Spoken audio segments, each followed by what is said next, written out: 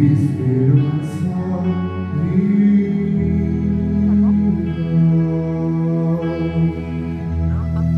tua presença.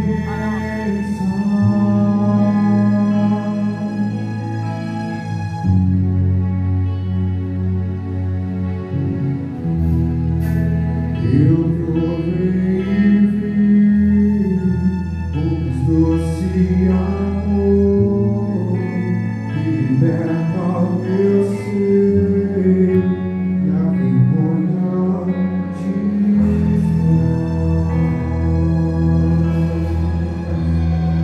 Tua presença, Santo Espírito, Santo Espírito, és bem-vinda.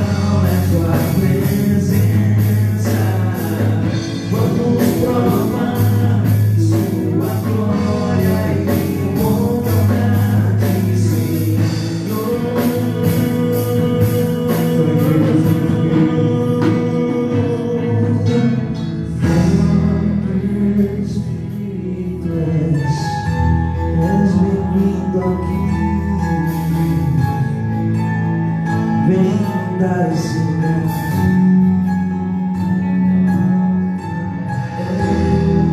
o desejo do meu coração, sermos inundados por tua glória, Senhor.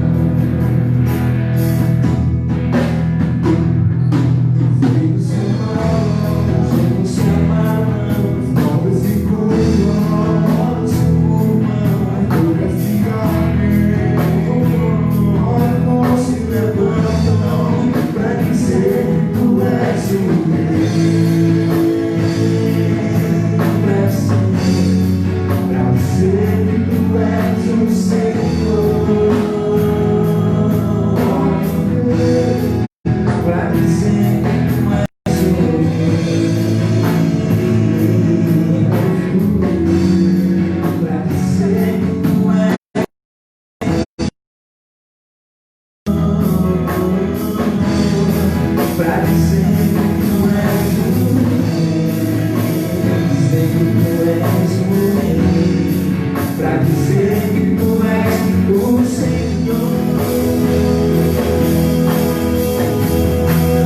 Teu reino é sempre eterno, amor e misericórdia, justiça e igualdade, bondade e fidelidade. A sua igreja te adora.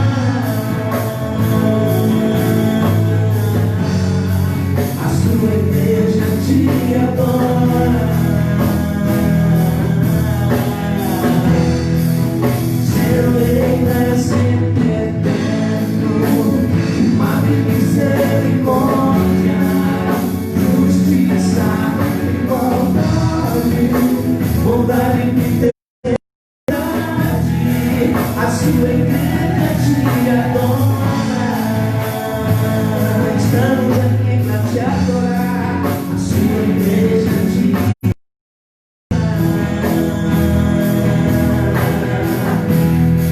A sua igreja te adora.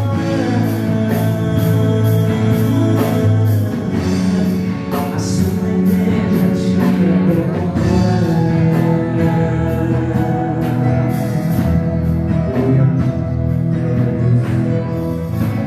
Nós te amamos, Deus. Nós te amamos.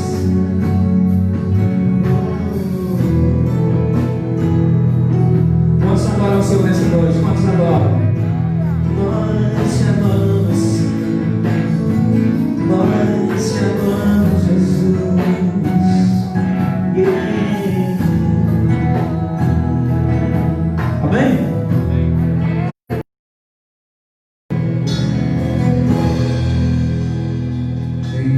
Nesse momento, devido ao decreto, a gente vai glorificar o nome de Deus ofertando. Nesse momento, de uma forma um pouco rápida, mas todos Deus operando para o nosso bem. Por isso nós queremos derramar na presença do Senhor, nos humilhar diante dele, a fim de que a graça dele se aplique cada vez mais nas nossas vidas.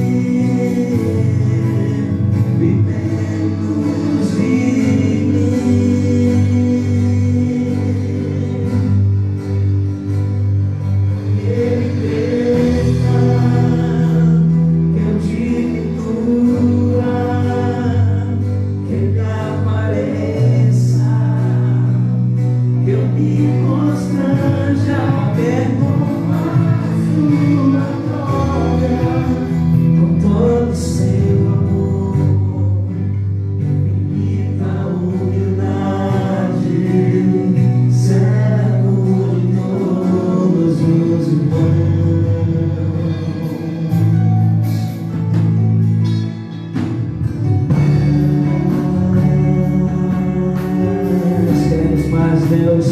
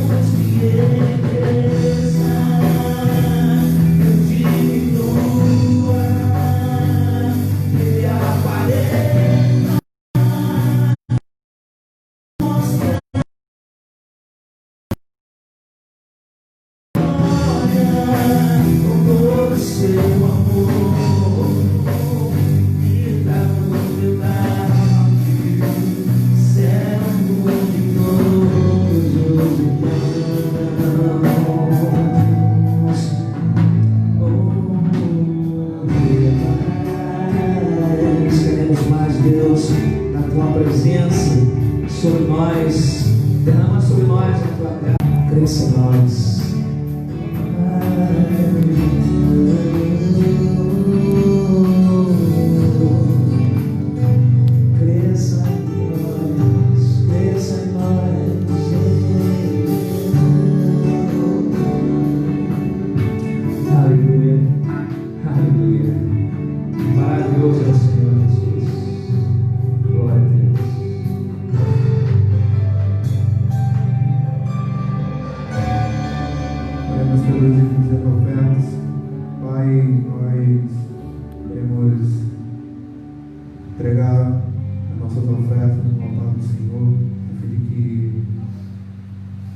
Tudo venha a ser para a tua obra, Pai, e o teu louvor venha a ser mais e mais perceptível aos teus ouvidos, Pai. Que a tua graça ela venha nos moldar cada dia, de que sejamos dizimistas fiéis na tua casa, que a influência de cada pessoa aqui possa transparecer através da nós. E do amor, da misericórdia, nos abençoe e nos guarde em nome de Jesus. Pode estar com o pastor.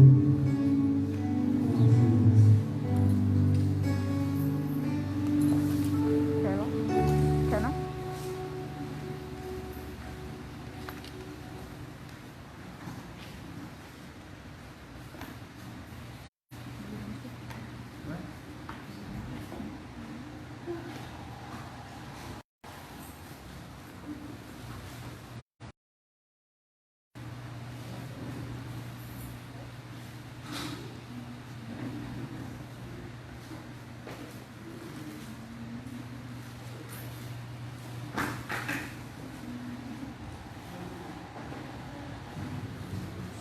Graças a Deus.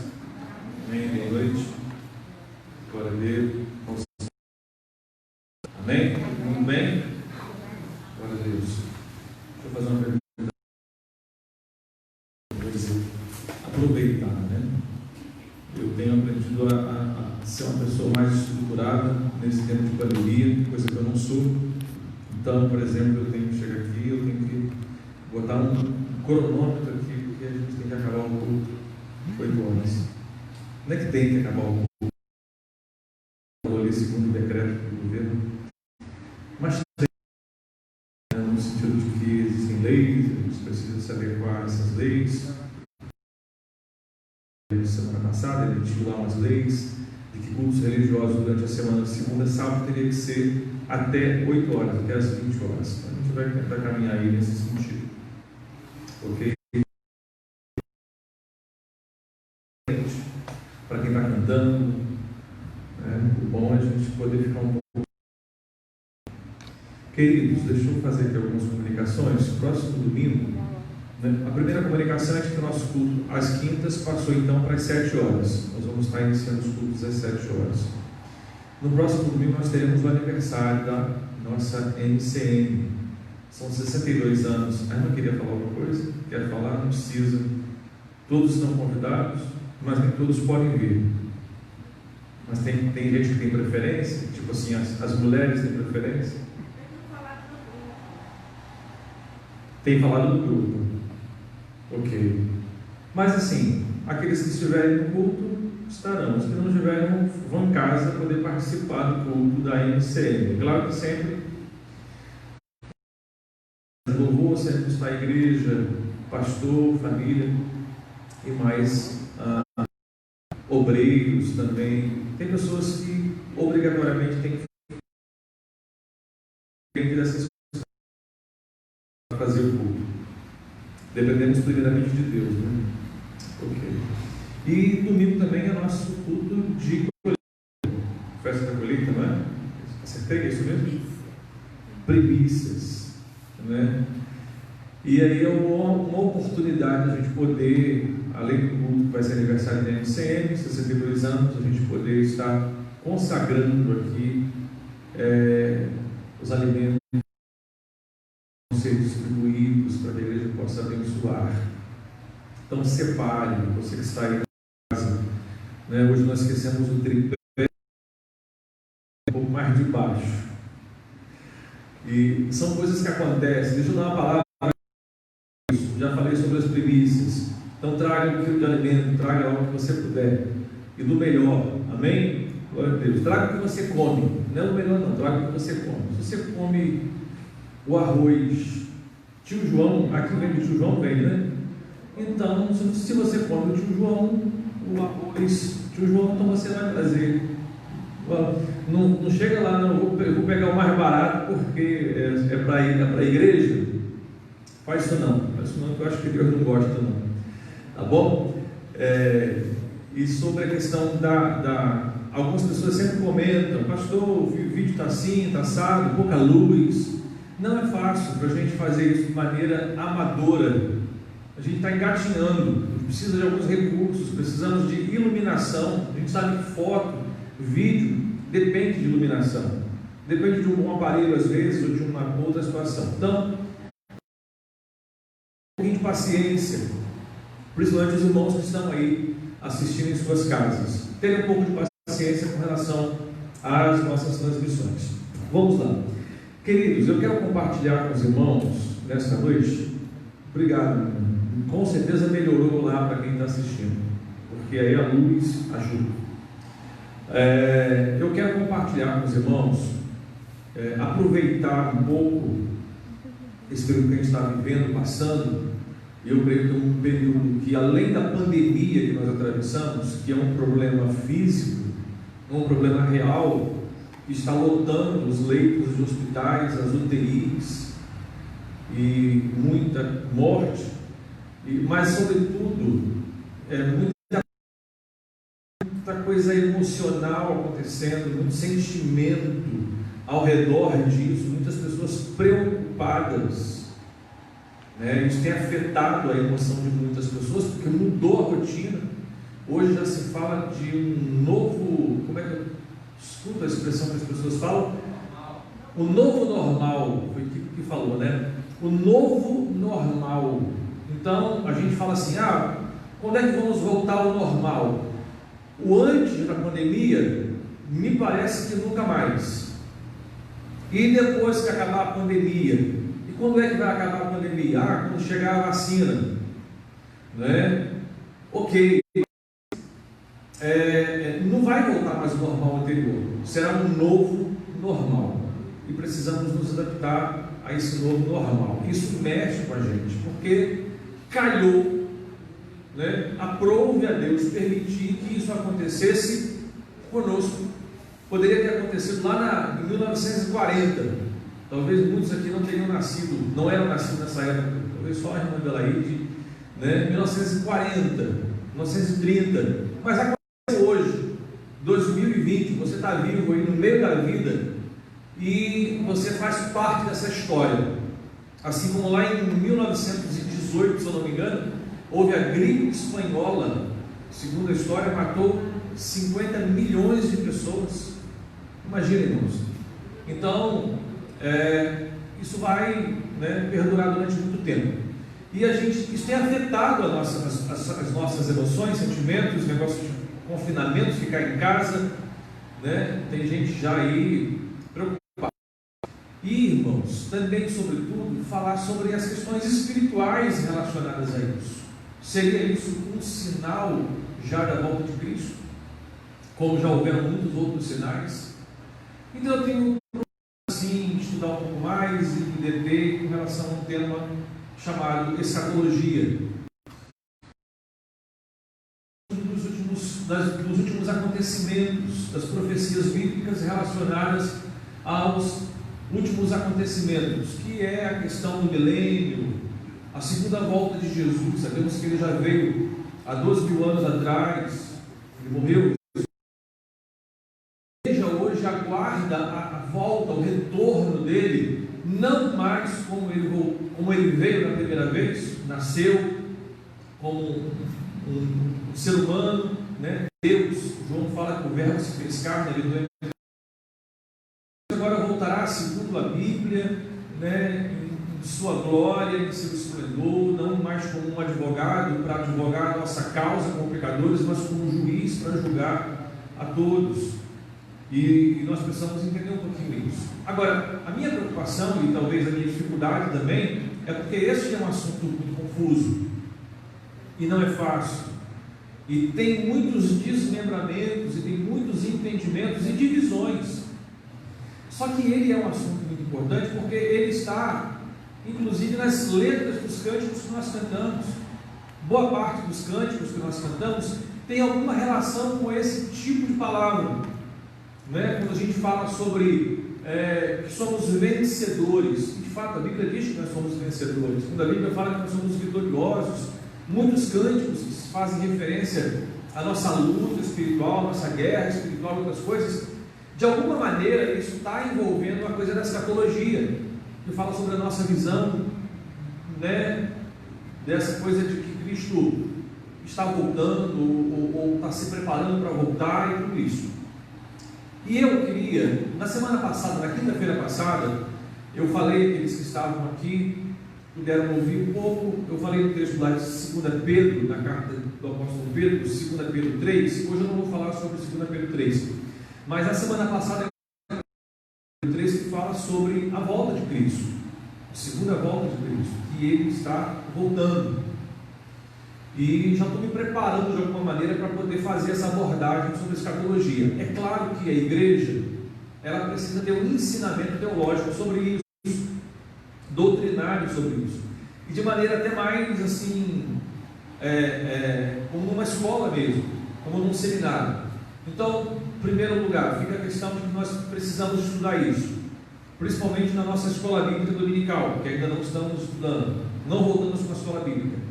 Precisamos estudar escatologia, numa oportunidade que pudermos chamar alguém, e eu posso dizer para os irmãos sem nenhum peso na consciência, de que eu não sou um especialista em escatologia. Eu sou um pastor de ovelha que prega a palavra, mas tem pessoas que estudam isso mais profundamente, pastores e até outras pessoas que não são pastores, e que nós podemos ou poderemos no futuro, em nome de Jesus, fazermos um congresso na igreja sobre escatologia.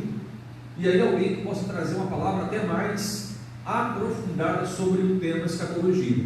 Mas eu, como pastor, me vejo, não na obrigação, mas na alegria de poder falar com os irmãos um pouco sobre isso. E eu quero, na verdade, hoje começar com uma introdução. A gente vai falar algo bem, né, introdutório sobre essa questão da escatologia. Eu separei aqui alguns textos, irmão. Eu não vou ficar parando muito nos textos para falar e esperar os irmãos, então ou você vai ser rápido, ou você anota, depois em casa você vê, ou só escuta que eu vou estar lendo os textos bíblicos, ok? Bom, em primeiro lugar, a promessa do Messias. Essa promessa de que Jesus viria,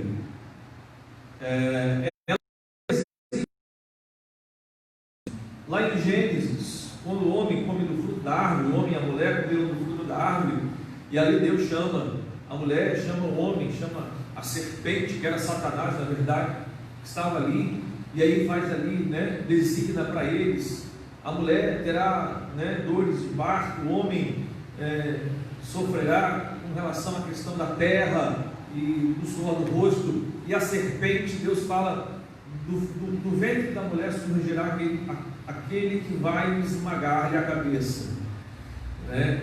Então já havia promessa ali de que Deus iria enviar o Messias para restaurar o seu povo. E é claro, quando nós olhamos para o Antigo Testamento, nós vemos que os judeus ou os hebreus, eles têm uma noção diferente acerca desse Messias, diferente de nós.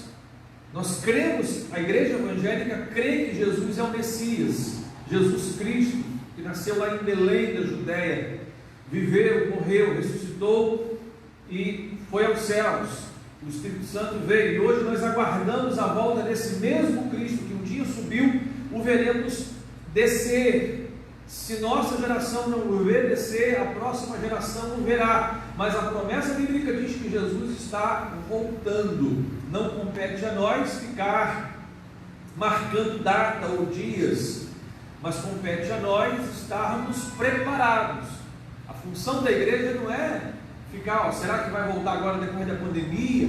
Será que a pandemia, o gafanhoto que surgiu no Paraguai já é um índice? Será que o terremoto que aconteceu lá no México já é será que o tsunami que aconteceu lá na Tailândia a gente fica assim nessa situação, mas eu acho que isso não tem que ser a preocupação nossa. O que nós precisamos fazer unicamente é estar preparados para isso, sem preocupar se vai ser hoje, ou se vai ser amanhã, ou daqui a 100 anos, ok?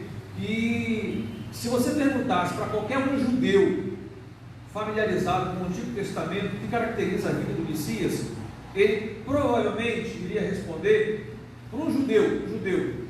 Você for lá em Jerusalém hoje, perguntar para um judeu, o que é a volta, o que é a vinda do Messias, do Filho de Deus, né? O Messias que vai restaurar Israel, ele com certeza iria dizer que seria alguém que iria trazer paz para Israel. Quando eu falo que o tema escatologia ele é um tema muito abrangente, porque ele envolve muita coisa. Por exemplo, precisaríamos estudar as questões das festas bíblicas, como o tabernáculo, como o Pentecostes, como tantas outras coisas. Então, não que a gente não vai estudar, hoje não, mas está saindo o sonho? Mas para o judeu que sempre viveu em guerra, porque pega, irmãos, desde que o povo judeu foi escravizado no Egito, 430 anos, e depois esses judeus foram libertos, mas foram para uma terra que nunca tiveram descanso, porque sempre tiveram lutas com amorreus, com saduceus, com os outros tantos e tantos povos daquelas terras, brigas, né, os filisteus, quando Davi luta lá contra o gigante Davi, o filisteu, eles nunca tiveram paz, na verdade. Depois veio o Império Assírio, que os escravizou, veio o Império Persa, depois veio Babilônia, depois de Babilônia veio o Império Romano, na época de Cristo, o quanto eles sofriam com o Império Romano. Depois eles foram dispersos. No ano 70, o Templo de Jerusalém foi destruído, como o próprio Jesus havia descrito, de que não haveria pedra sobre pedra, e eles passaram cerca de 2.000 anos sem terra, espalhados pelo mundo. Agora, há pouco tempo atrás, coisa de uns 60, 70 anos atrás, houve ali a questão do Holocausto, da perseguição contra o povo judeu, e 6 milhões de judeus foram mortos pelo nazismo. E acabou que depois, em 64, se eu não me engano, que a ONU declarou a terra de Israel como sendo a terra para os judeus. Então eles vieram de qualquer parte do mundo e hoje estão lá em Jerusalém, mas, a bem dizer, os judeus estão espalhados pela terra. Em outras palavras, irmãos, os judeus nunca tiveram paz, nunca tiveram assim um lugar de paz, né? Eles não entendem o que nós entendemos. Viver num país como o Brasil, onde você tem liberdade religiosa, onde você tem segurança, onde você tem, muito embora nós também tenhamos muitos problemas, mas nunca ninguém chegou aqui no Brasil de maneira assim tão descarada e nos escravizou como fez com eles. Então, se você perguntasse para um judeu o que seria o Messias, seria alguém que iria trazer paz para eles, para o povo judeu, para Jerusalém. É essa visão que eles têm. Jesus, eles diriam claramente, estaria trazendo paz para Israel. Portanto, esse é o Messias. Isso é os judeus religiosos, muitos judeus religiosos. Eles estão certos? De certa maneira, na visão deles, eles estão meio certos, porque o Messias vai ter um momento na história que ele vai trazer paz para Israel. Vai ter um momento na história que ele vai trazer paz. Então eles estão meio certos. Só que eles não acreditam que este Jesus, o nosso Jesus, é o Messias. Até porque a visão desse Jesus que nós temos, eles não conseguiram compreender lá no Antigo Testamento. Eles olham para o Antigo Testamento e eles esperam muito mais um Messias, que o que para eles, como povo judeu, eles caracterizam como Hamashia ben Davi, que é o Messias, filho de Davi, que o filho de Davi seria um guerreiro, seria um braço forte, seria um homem valente, e isso tudo está na Bíblia, mas eles não consideram o que também está lá no Antigo Testamento, que seria o Hamashia ben José, que seria o Messias, filho de José, que é uma outra visão, que também é descrita no Antigo Testamento, de um Messias, não como alguém forte, não como alguém um guerreiro, um grande general de guerra, um grande rei, mas como um homem sofredor, alguém que veio para dar a sua própria vida e morrer.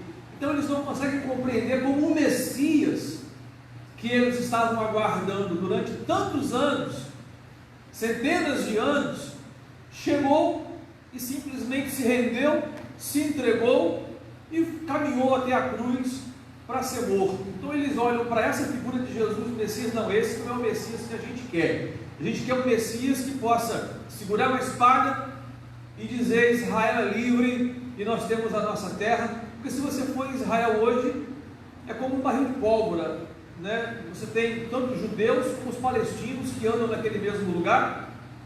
A terra de Israel, o território de Israel, que é comparado aqui no Brasil como o menor estado que nós temos, se eu não me engano é Sergipe, é o território de Israel. E a terra de Israel está cercada só por países árabes: Síria, Líbano, Jordânia, Arábia Saudita e Egito. Todos esses países árabes querendo entrar no mesmo lugar, Jerusalém, e tomar aquele lugar, porque tanto judeus, hebreus, filhos de Abraão, por meio de Isaac, e os povos árabes, que são filhos de Abraão, por meio de Ismael, que foi o filho da empregada Agar. Então todos eles se baseiam na promessa que Deus fez a Abraão e querem Israel. Ou seja, Israel hoje, por mais que seja dito por alguns que é um dos lugares que tem mais segurança no mundo e paz no mundo, a sensação que tem, e eu falo por ter ido 2 vezes lá, mas a sensação que a gente tem é de que de repente pode estourar uma bomba assim a qualquer hora. E é muito interessante quando a gente vai a Israel, e você vai a Israel, amém? Ninguém toma posse dessa palavra? Você vai a Israel, é interessante que você vai lá em alguns lugares, e lá é o seguinte: todo jovem, quando completa 18 anos, ele recebe uma arma, ele já é alistado no exército de Israel, porque ele é responsável por aquela arma, ele fica 5 anos com aquela arma, leva para casa. E aí é bonito de ver, eu achei bonito, pelo menos, os casais de namorados, jovens, 18, 19 anos, o casalzinho andando de mão dada, e cada um com um rifle pendurado nas costas, caminhando na praça, indo para o cinema, entrando no McDonald's, sentando e comendo, lanchando, e eles andam armados. Por que eles andam armados? Porque eles estão esperando uma guerra, um conflito, uma invasão, a qualquer momento. Então eles esperam esse Messias. Isso é muito interessante a gente entender dentro da escatologia. Eles aguardam esse Messias. Ok. Há um texto que fala bastante sobre a questão de Jesus no Antigo Testamento como sendo filho de Davi. Está lá em Isaías 9, 6 e 7. Diz assim, Isaías 9, 6 e 7: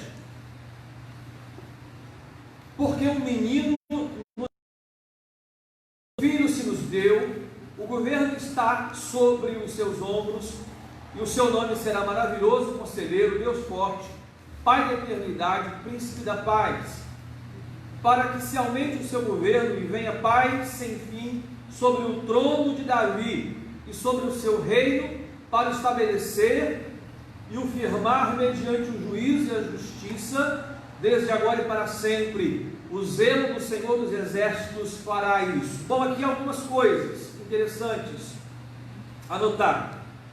Primeiro, que essa passagem está falando sobre o Messias. Isaías, irmãos, é um livro no Antigo Testamento, é considerado como se fosse o Evangelho no Antigo Testamento. É o livro do Antigo Testamento que mais faz referência a Jesus. Aliás, ele, segundo alguns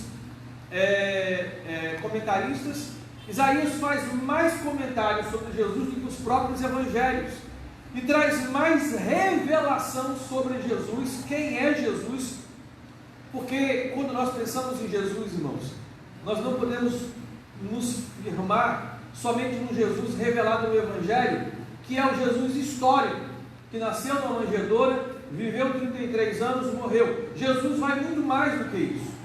Jesus estava desde a criação e está desde lá no Apocalipse. Ele é Deus, Ele é eterno, não teve início e não terá fim. Ele é o Alfa, Ele é o Ômega. Agora, Isaías vai ter muita revelação. Quase que a minha voz não precisa de microfone, né? Está dando para ouvir? Não, vou ficar sem microfone, irmãos. Pode ficar sem. Eu tento falar um pouco mais alto. Então Isaías vai trazer muita revelação sobre Jesus. Então, algo interessante que diz que esse Jesus nasceria e ele seria um filho, uma criança, então ele seria um homem. Estou falando sobre Isaías 9, né?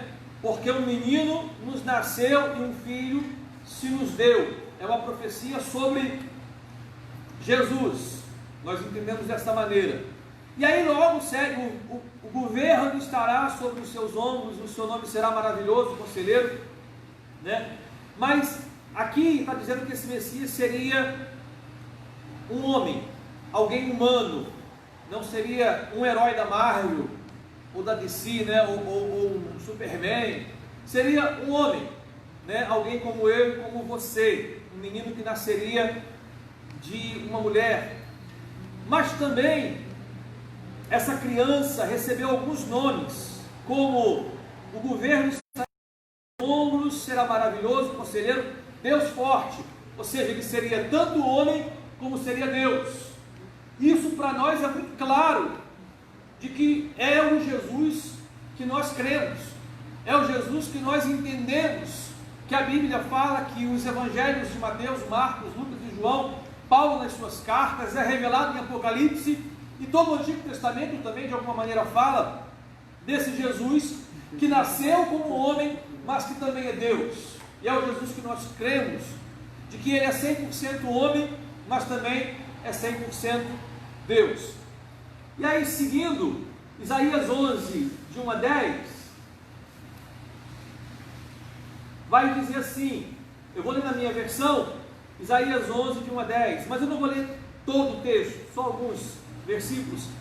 Um broto sairá do tronco de Jessé, das suas raízes no ramo da árvore dará frutos, o Espírito do Senhor repousará sobre ele, não se fará mal nem dano algum em todo o meu santo monte, porque a terra se encherá do conhecimento do Senhor, como as águas cobrem o mar. Naquele dia, a raiz de Jessé permanecerá como uma bandeira para os povos, e as nações se unirão a ele, e seu lugar de descanso será glorioso.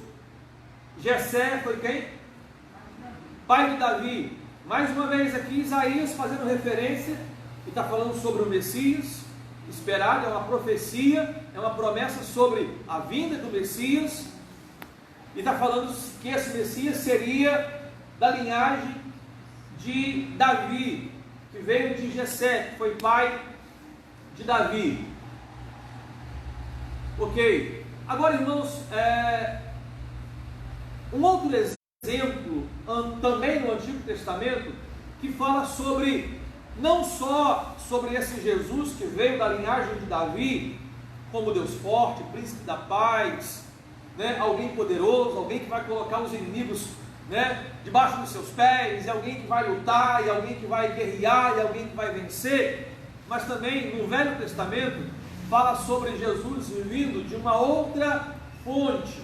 Alguns judeus até talvez acreditam, estou falando para o pensamento judeu, algumas correntes do judaísmo até creem, naquela época, que deveriam ter dois Messias, tanto talvez uma certa contradição, como o mesmo Jesus forte, mas também o Velho Testamento diz sobre um outro Jesus fraco, não fraco no sentido de perder, mas fraco no sentido de se entregar e de morrer. E esse aí seria o exemplo do filho de José. Lá em Isaías 53,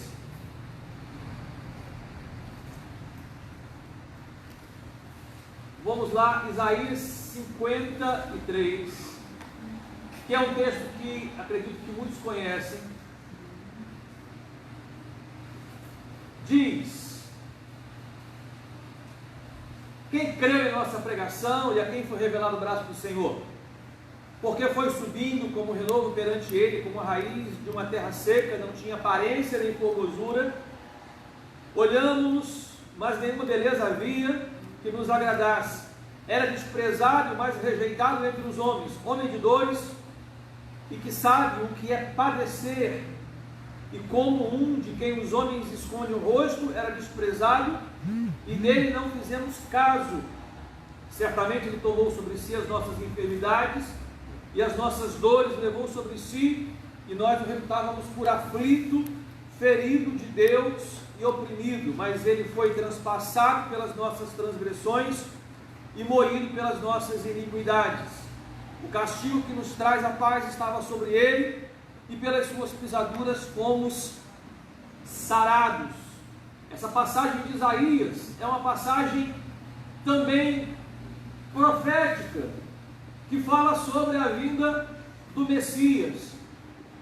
Mas diferentemente daquela visão do Messias que descende de Davi, que veio da raiz de Davi, o leão da tribo de Judá, essa descrição do Messias em Isaías 53 é muito mais de um Messias que padece. E aí se assemelha um pouco com a figura de José. Todos lembram de José? Não lembram? José, filho de Jacó, não é aquele 11º filho, depois vem Benjamim, filho de Raquel com Jacó, o filho amado de Jacó. Qual é a semelhança entre Jesus e José? José, como Jesus, era o filho amado de seu pai. José foi desprezado pelos seus irmãos. Os irmãos estão comigo? Sobre o José? Então José era o filho amado do pai. José foi desprezado pelos irmãos.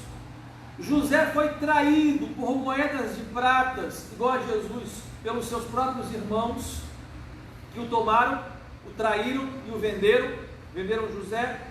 José foi falsamente acusado e preso. Lembra que José foi acusado por ter assediado a mulher de Potifar e foi preso por aquilo.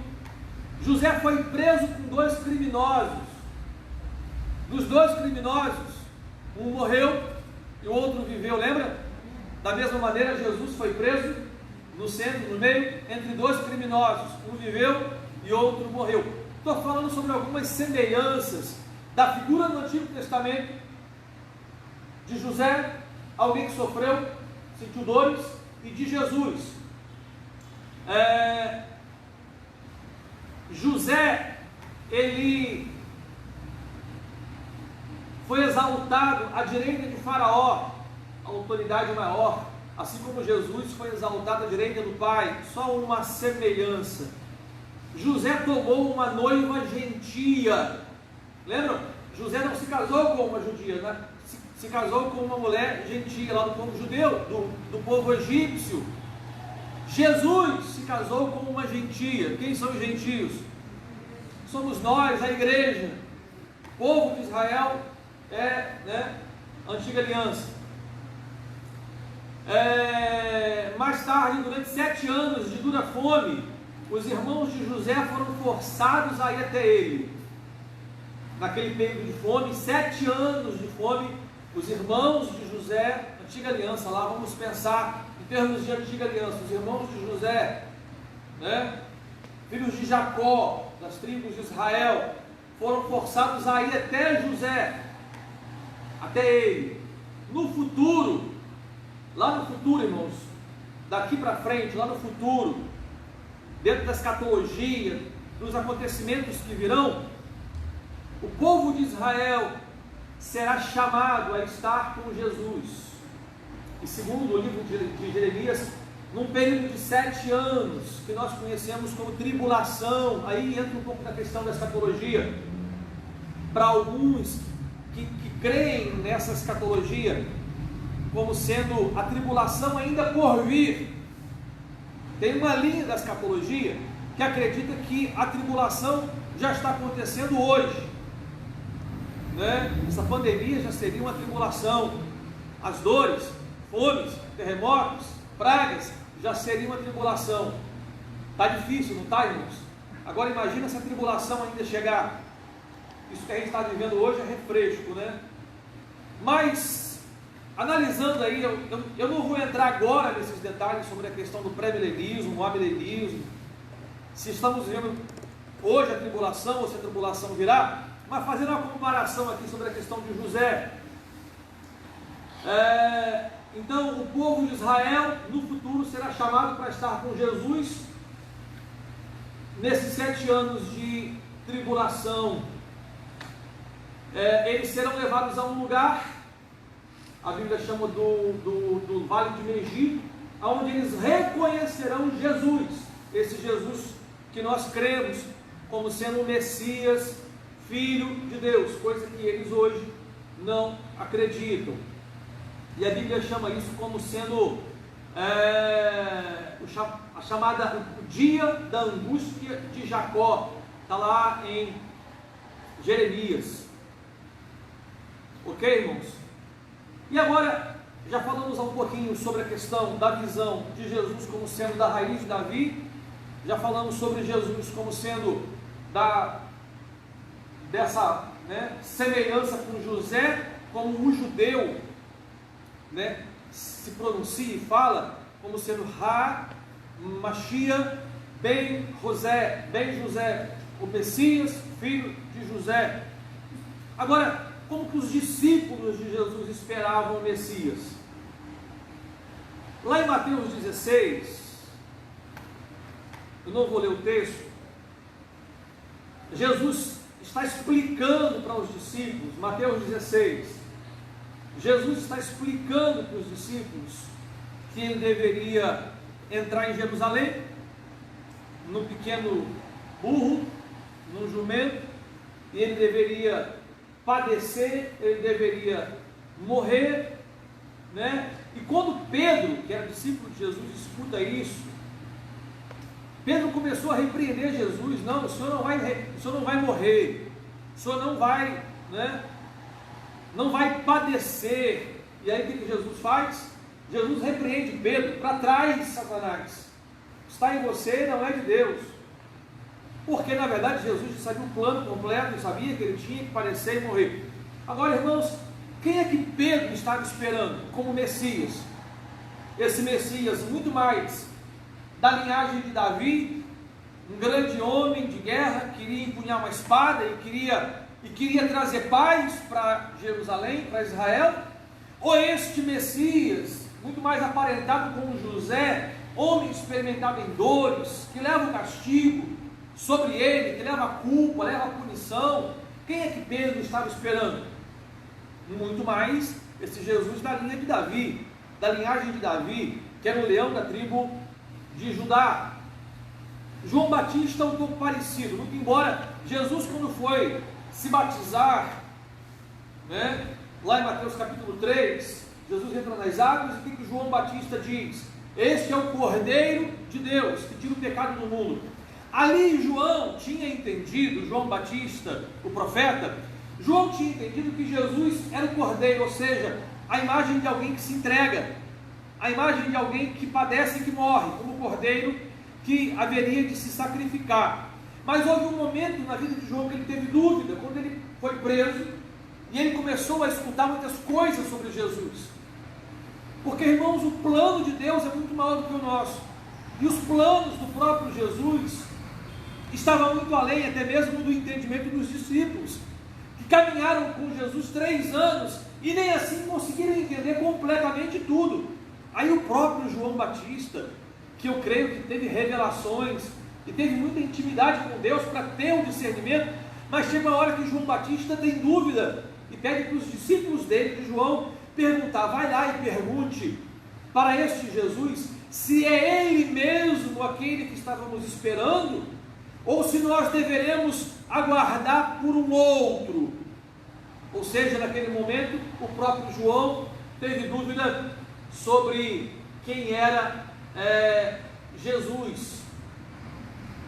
Lá em Atos 1, verso 3 ao verso 6, veja bem, Atos 1, Jesus já havia morrido, ressuscitou. Nesse período entre a sua ressurreição e o momento em que ele foi aos céus, que ele subiu aos céus, ele passou cerca de 40 dias andando entre os discípulos, e nesse momento aqui em Atos 1, ainda não tinha vindo o Espírito Santo, não era Pentecostes, só foi em Atos 2, mas em Atos 1, os discípulos começam a indagar Jesus e perguntar para Jesus: Senhor, é esse o tempo que nós devemos esperar a restauração de Israel? Ou seja, ainda estavam com a mentalidade de um Messias que viria para restaurar Israel. Aí Jesus diz para ele: não nos compete saber as datas, essas coisas, simplesmente vão para lá para o cenáculo, orem e esperem o Espírito Santo. Aí lá em Atos 1:8 ele vai dizer: mas ao descer sobre vós o meu Espírito, vocês vão ser minhas testemunhas, né? Então, queridos, eu queria encerrar hoje, né, com essa perspectiva, porque isso traz muita confusão para muita gente. No meu aqui já acabou. Como é que eu paro isso agora? Eu botei aqui para faltar. É que eu esqueci de ligar o mute, né? Mas isso traz muita confusão para muitas pessoas, porque Jesus já veio a primeira vez, e aí eu queria, na verdade, na minha continuidade, eu vou falar na próxima semana, há muitos textos na Bíblia que eles fazem referência à primeira vinda de Jesus.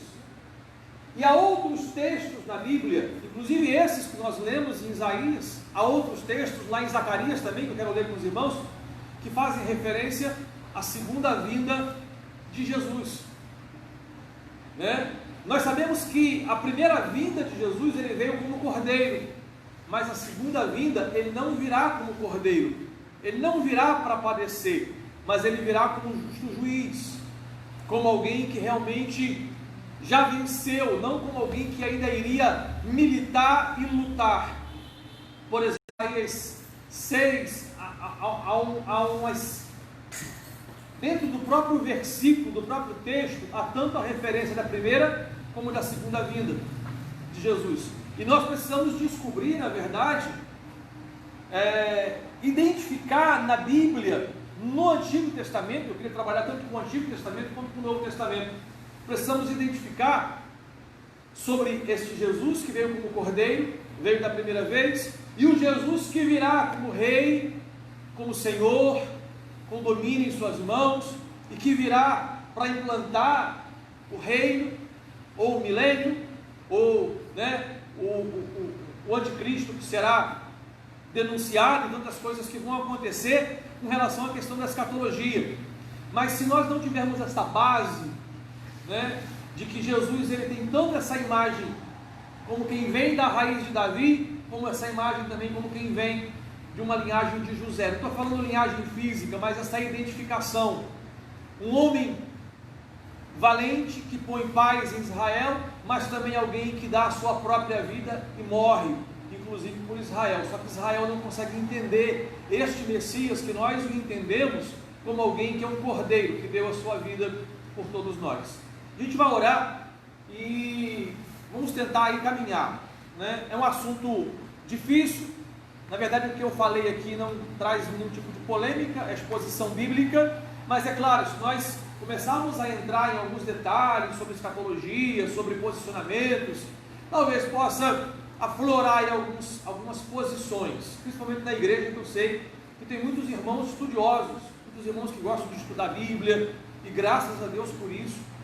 Eu continuo achando que a igreja ela pode tratar desse assunto de âmbito geral, maneira geral, mas termos estudos mais específicos, dentro de grupos menores ou grupos mais específicos.